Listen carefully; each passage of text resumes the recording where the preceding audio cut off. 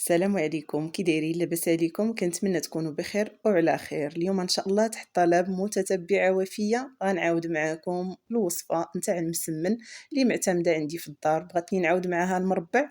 غندير معكم انا المربع والمدور بنفس العجينه وبواحد الخلطه سحريه اللي غنستغناو تماما على الزبده. ما غاديش نورقوا بالزبده نهائيا، تبعوا معايا. غادي ناخذوا القطعه ديالنا، غادي نديروا كيلو نتاع الفورس وغادي نديرو نص كيلو نتاع الفينو. هذه هي القاعده نتاع المسمن باش يجيك زوين. دائما الفورس كيكون الدوبل نتاع الفينو. كنديرو جوج عبارات د الفورس وعبار نتاع الفينو. غندير شويه السكر، الملح على حسب الذوق، وغادي نعجن بالماء نتاع الروبيني. ما كنديرش الخميره، هذا ماشي مخمار، ما كيخمر ما والو. هذا كيتعجن غير بالملحه وشويه السكر ولا شويه ديال العسل باش هكا كيعاوننا في التحمار ديال الوجه ديالو. غادي نعجن، ما غادي ندلك ما حتى حاجه، غير غادي نجمع الطحين ديالي وغادي نتاكد باللي الطحين من الاحسن من الاول نخلطوها البنات. منين تنحطوا الفورس والفينو يتخلط هو ناشف، باش هكا كي كنجمعو ما كتجيش واحد الجهه فيها الفينو واحد الجهه فيها الفورس، وما تيجيش هو هذاك، ما تجيش العجينه وحده كتجي حرشه وحده كتجي رطبه. غادي نخلطو هو ناشف، عاد كنجمعو بالماء، من بعد كندهنو بشويه ديال الزيت. شوفوا الوجه ديالو كيفاش داير حرش وكله مكركب. فاش غادي نخليوه يرتاح وغنغطيوه ببلاستيكه غادي تشوفوا النتيجه كيفاش دايره. هنا غادي نغطيه مزيان مزيان مزيان بالبلاستيك وغنغطيه بواحد الزويف. قد ما خليتوه يرتاح قد ما كان مزيان. اللي كانت عندها كميه كثيره تعجنها في الليل، جمعها في الليل وتجمعها في بلاستيكات تحطها في الثلاجه، الصباح تلقاها عطات الطوع. هنا غادي نخليه تقريبا واحد الساعه ديال المكانه على بيد ما نسالي الشغال ديالي يرتاح. غادي ندوزو نصايبو الخلطه السحريه ديالنا. غناخدو الكاس نتاع العصير، فاش كنطحنوا العصير غنديروا فيه كاس نتاع الزيت وكاس اللارب نتاع الفينو، وغنديروا ربع كاس نتاع الفورس. داك الربع اللي بقى الكاس ديال الفينو كنكملوه فورس. غندير واحد الخماره ديال الحلوه. بالنسبه ليا هاد الكميه هادي طرقات ليا كيلو ونص نتاع الطحين، حيت درت كيلو ديال الفورس ونص كيلو ديال الفينو. غادي تكفيكم وغادي تشطشط ليا واحد شويه باش نطرق جوج ملويات اخرين. غنستعمل واحد شويه د الزيت غير باش ندهنوا سطح العمل صافي. وديك الخلطه غندوزو مباشره نشوفوا العجينه ديالنا كيفاش ولات. هنا البنات فاش خليت العجينه نتاعتي ارتاحت واحد ربع ساعه قلبتها في سطح العمل وديتها وجبتها غير واحد شويه وعاودت جمعتها عاوتاني في بلاستيكه وخليتها صافي ونسيتها. ترجعت ليها دابا. شوفوا البويقات اللي كيوليو فيها، كتولي ملسه ملسه ملسه، كتجي غزاله وعطيه الطوع. شوف كي كتجبد كتولي مطاطيه وما كتقطع ما حتى شي حاجه. صافي غادي ندوزو دابا، غادي ندهنو يدياتنا بزويته وغادي نقطعوا الكويرات اللي بغينا. انا غندير مسمنات كبارين ما غاديش نديرهم صغيورين باش نسالي دغيا. نتوما كتبغيو مسمن صغيور ولا متوسط تحكموا في هاد الكويرات هادو، هما اللي كيتحكموا ليكم على الحجم ديال الملوي ولا المسمن كيفاش غادي يجيكم. انا كما قلت لكم غادي نقسم هاد العجينه نتاعتي على 11 الحبه. الا درتو مسمن كبير كيعطيكم ما بين 11 و 12 الحبه.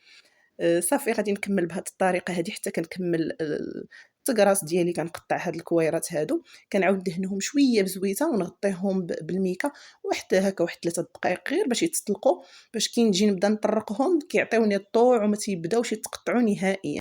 يعني السر في المسمن ولا في الملوي هو الراحه. الا ما ارتاحتش العجينه راه ما تيجيش مسمن زوين، كيجي مقطع وما تيعطيناش الطوع في الخدمه وتيجي صعيب. خصو البنات يرتاح، راه الراحه وديك البلاستيك فاش كنحطوا العجينه هي اللي كتعاوننا بزاف. هنا كندوزو للتشكيل. كناخذ واحد الكويره، غنبدا بالمسمن المربع. كناخذ واحد الكويره كنسرحها نسرحها نسرحها مزيان. شوفوا الخطوط نتاع الجليج كيبانوا لكم من التحت. يعني السر الثاني باش يصدق لك المسمن ويجي مورق هي انك في هذه المرحله هذه ترققي العجينه مزيان، تجي رقيقه، ترققيها قدر الامكان تجي رقيقه. هنا شوفوا الطريقه اللي درت. غادي نعاود معكم وحده اخرى باش تشوفوا الطريقه باش لويت الملويه ديالي. كنطرق مزيان، كنجيب الدوره. هذا المربع هذا كنطرقو مدور، كنركز على الجوانب بزاف. شفتوا ما كنقيش كاع الوسط، كنمشي غير مع الجناب. غادي ندير شويه من هاد الخلطه هذه، ما تكثروش بزاف باش ما يجيش معجن من الداخل. غنسرح، درت لكم العرض البطيء باش تشوفوا كيفاش غنلوي. كنلوي واحد الجنب كنلوي عليه الاخر. كنعاود نرش عاوتاني واحد شويه من هاد الخليط هذا.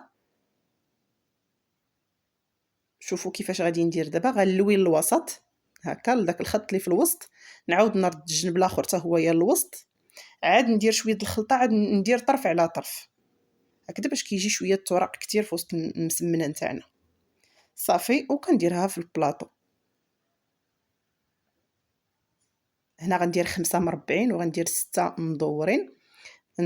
داكشي اللي بقى ليا كامل غندير له نفس الطريقه. دوك 3 اخرين اللي بقاو ليا غندير نفس الطريقه، كنرقق مزيان وكنرش الخليط ديالي. ما تكثروش دائما الخليط، غير شويه باش ما يجيش مدقس من الداخل صافي. وكنطوي. غادي ندوزو دابا الملوي ولا المسمن المدور. هذا المدور هذا داك الكره ما كنطرقهاش مدوره، كنطرقها شي شويه طويله. شفتوا كتمشي طول اكثر من العرض. شفتوا كيفاش درتها؟ ونفس الطريقه خاصني نرقق مزيان في هذه المرحله هذه، نرقق العجينه نتاعتي. كنرد الطرف الاول والطرف الثاني بحال الملوي المربع، وغادي نسرح شي شويه هكذا بيدي يجي شويه طويل. نرش شي شويه من ديك الخلطه ونبدا نلوي في الملوي نتاعي. ما تزيروش البنات، غير لوي وصافي. بداو ترميو وصافي، ما تزيروش هكا تقولوا خصو يتزير، لا خصو يبقى مرخوف ومهوي من الداخل.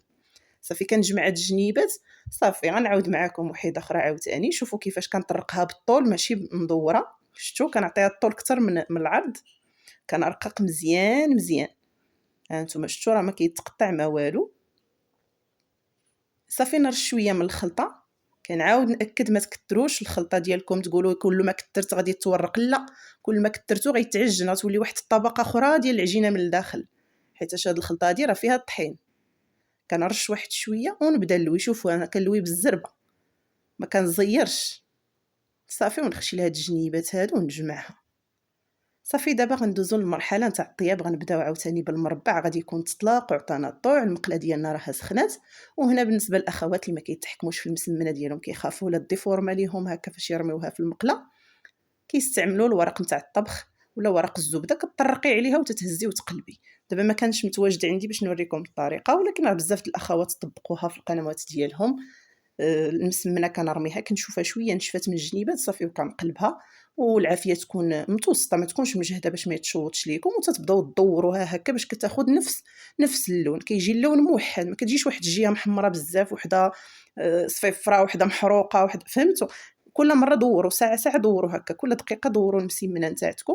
كنرش هذا المربع غير شي شويه، اما المدور راه ما تنرشوش. شوفوا لي المدور كيتطلق البنات، ولكن ما جاش غير تطلق بوحديته، راه كندور ونبرك عليه ندور ونبرك عليه غير من فوق الميكا، باش هكا كتهبط ديك المسمنه، كتهبط شي شويه. فاش نجي نطرقها هكذا كتعطيني الطوع غير جوج ضربات وكتحل بوحديتها صافي. حتى هي كنطرقها. شوفوا الجناب كي كيتنفخوا فاش كنجي نطرق، داك الهواء كامل كيخرج للجنيبات وكتورق. هذا راه ما كنرشوش نهائيا صافي. غير كنشوفها عاوتاني تنبلات شي شويه وكنقلبها ونبدا ندور بحال هكذا. هذا هو السر باش تجي محمره بنفس الريتم صافي. كنبقى بهذه الطريقه هذه حتى كنسالي الملوي ديالي. ولا بغيت نحتفظ به كندير له غير نص طيبه، وكنفرق ما بين حبه وحبه، كنخليه حتى كيبرد، وكنفرق ما بين حبه وحبه بالكاغيط نتاع الطبخ باش هكا ما كيتلاصقوش. وكنجمع كل 6 في بلاستيكه وكنخشيهم في الفريغو. فاش كنبغيه كنجبدو، كنحطو شويه فوق سطح العمل غير كيتطلق واحد شويه، وكنسخن المقله وكنعاود ندير له الطيبه الثانيه. كيجي غزال وبنينه. راه الطريقه راه شاركتها معكم في رمضان الفايت. كتجي غزاله وكتنفعلا مع هذا المدور ولا المربع بحال صافي. كحسه ديال الجنيب ونبدا نطيب في الجنب الاخر. شوفوا كيفاش كيجي البنات، راه كيجي زوين. الا بغيتو تطبقوا حتى الوصفه بالدقيق الكامل راه كيجي زوين حتى هو، واخا ما كيجيش مورق بزاف بحال هذا، كيجي شويه مدقص ولكن كيجي غزال. نفرق معكم سخونه البنات ولكن غادي نحاول نفرق معكم بشي وحده باش تشوفوا شي شويه النتيجه.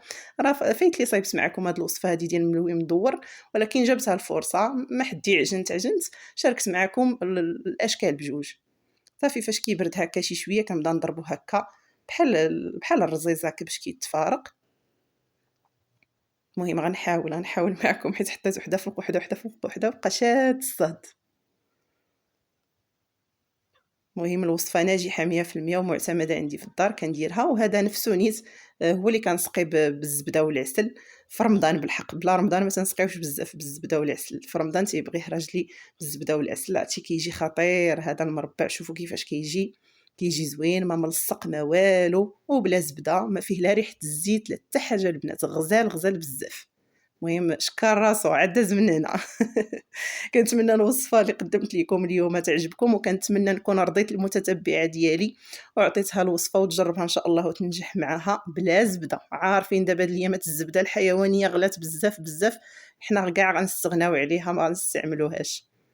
يلا البنات الا عجبتكم الوصفه يلا ما تنساونيش من واحد اللايك، هبطوا دابا ديروا لي واحد اللايك وبارطاجيو الوصفه مع الاهل والاحباب، وخليتكم على خير الى فيديو قادم باذن الله. مع السلامه.